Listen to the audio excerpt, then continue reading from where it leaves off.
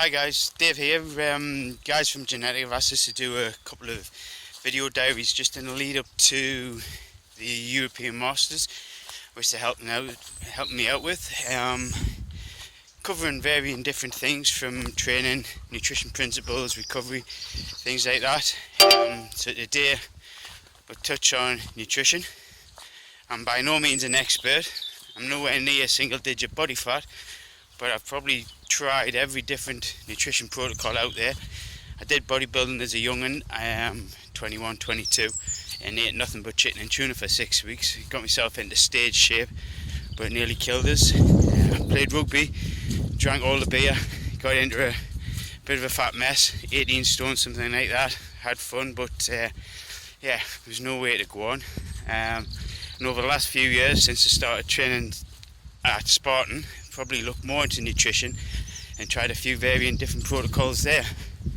One thing I can say, there's no special secret, and the only secret is hard work and consistency. If you can be consistent with whatever you're doing, you're probably going to get what you want.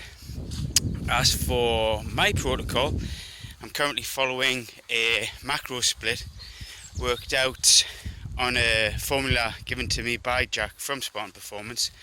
It's pretty low fat and pretty high carbs, but given the training I'm doing, it seems to work pretty well. What does it look like? Well, basically you're working out from your body weight, timing it by a certain number depending on your goals, and from there you're working out your numbers. I'm not going to give you all the secrets because it's Jack's formula and I wouldn't want to sell out like that. Yeah, like I've said, there's only one way to do it, and that's being consistent. The best results I've ever had is probably using this protocol. I'm going up and down, but when I am consistent with it, when I do measure my food, count my macros exactly, I do get the results I want. Currently I have upped my carbs because I've got a lot of training coming up, just getting ready for going away, so probably quite high carbs from what I would normally do. So, which protocol works? It's a hard one really. I think that's for everyone to decide personally. Like I say, what I'm doing at the moment works really well for me, but my training volume is quite high. I'm probably training 5 to 6 days a week. The days I don't train, I try to get out and do at least an hour walking, as I'm doing this morning. Nice Sunday morning, blue skies, so life's pretty good. So yeah, my carb intake is probably quite high compared to a lot of others, but I find that fuels me properly and keeps me going right. I have tried ketogenic diets, which I did get results on. Again, I was consistent with them, and I think that's when the results came. Like you say, once the consistency goes, you stop weighing and measuring, you start cutting corners, bad habits start to creep in. Habits is probably the biggest thing we could talk about. If you get in the habit of doing everything right, you will get results, no matter what. I think a lot of people worry about the small things, which again, small things, yeah, they all make a difference, but if you're 20% plus body fat, do the small things matter? Not really, not in my opinion. I think you need to get everything dialed in, be consistent in what you're doing. The small things will come into play further down the line. There's so many gains or losses, weight-wise, to be made. Doing things right, doing things consistently. So I think that's the secret. Sorry, I'm not making eye contact. I'm trying not to trip over. It's a bit cloudy. Another thing I think we need to talk about is sustainability. So it's all well and good being consistent, but if you're only consistent for 4 to 6 weeks, you may get massive weight loss. But if it's so hard, will you be consistent with it? Do you consistently want to be depriving yourself of something nice to eat, having no carbs, feeling low on energy? Everyone talks about a ketogenic diet, but how actual consistent you have to be to get into ketosis, avoiding carbs completely. I have done it. It was a long time ago.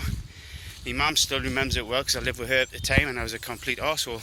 I had no energy. Training was fueled by an apple, if that. It was proper old school bodybuilding. All I did was have chicken and tuna and nothing else. Not a way to live at all, but served a purpose. I got down to stage shape, Didn't win, came second, so that was all right. But like I say, it wasn't sustainable.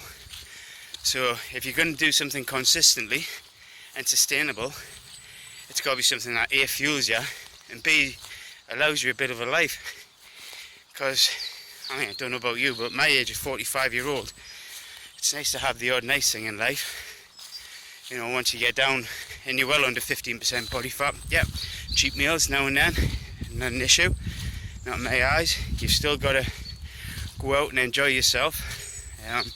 You know, if you drink, you drink. Try and make it once a week. Don't drink too much. Personally, I only drink very rarely now.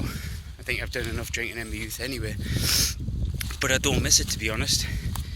When I take my shirt off and look in the mirror, I think, yep, you look alright. Definitely wouldn't if I was on the drink 2 or 3 times a week. It's not going to work. Plus, how does it affect your training? If I drink, training's wrecked for 3 days. That's nearly a week lost.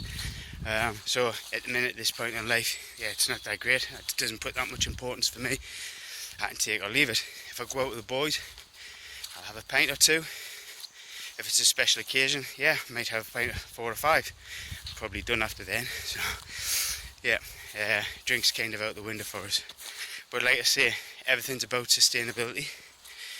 So whatever program you do, whatever protocol you decide to follow, has to be sustainable. So another thing probably going to talk about is decent food. We all like good food. Get a cookbook, learn to cook.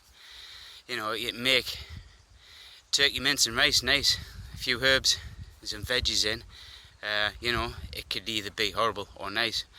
But it doesn't take a lot to get a taste of something instead of putting a jar of crap in.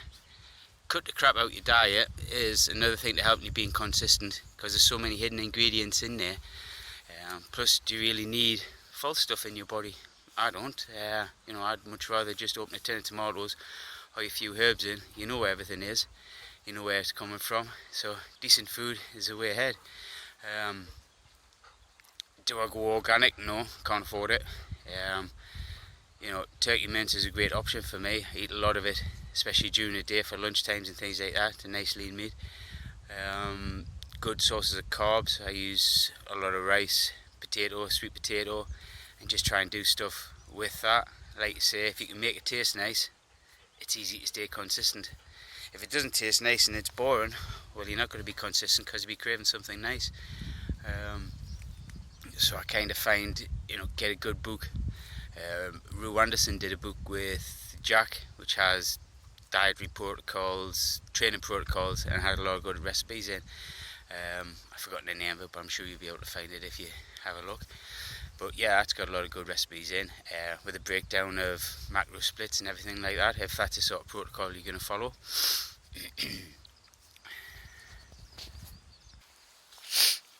Right, so probably going to leave it there. Like I say, it's the first one of these I've done.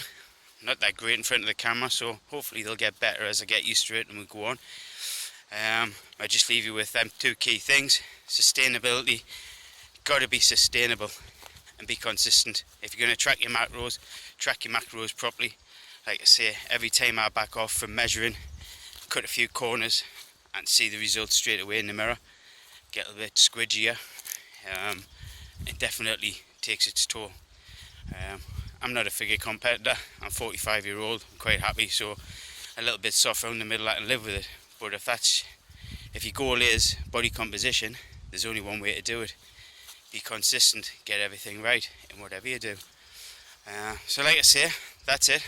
Hopefully it wasn't too bad, and hopefully I'll get a little bit better the more I do. Cheers guys, bye.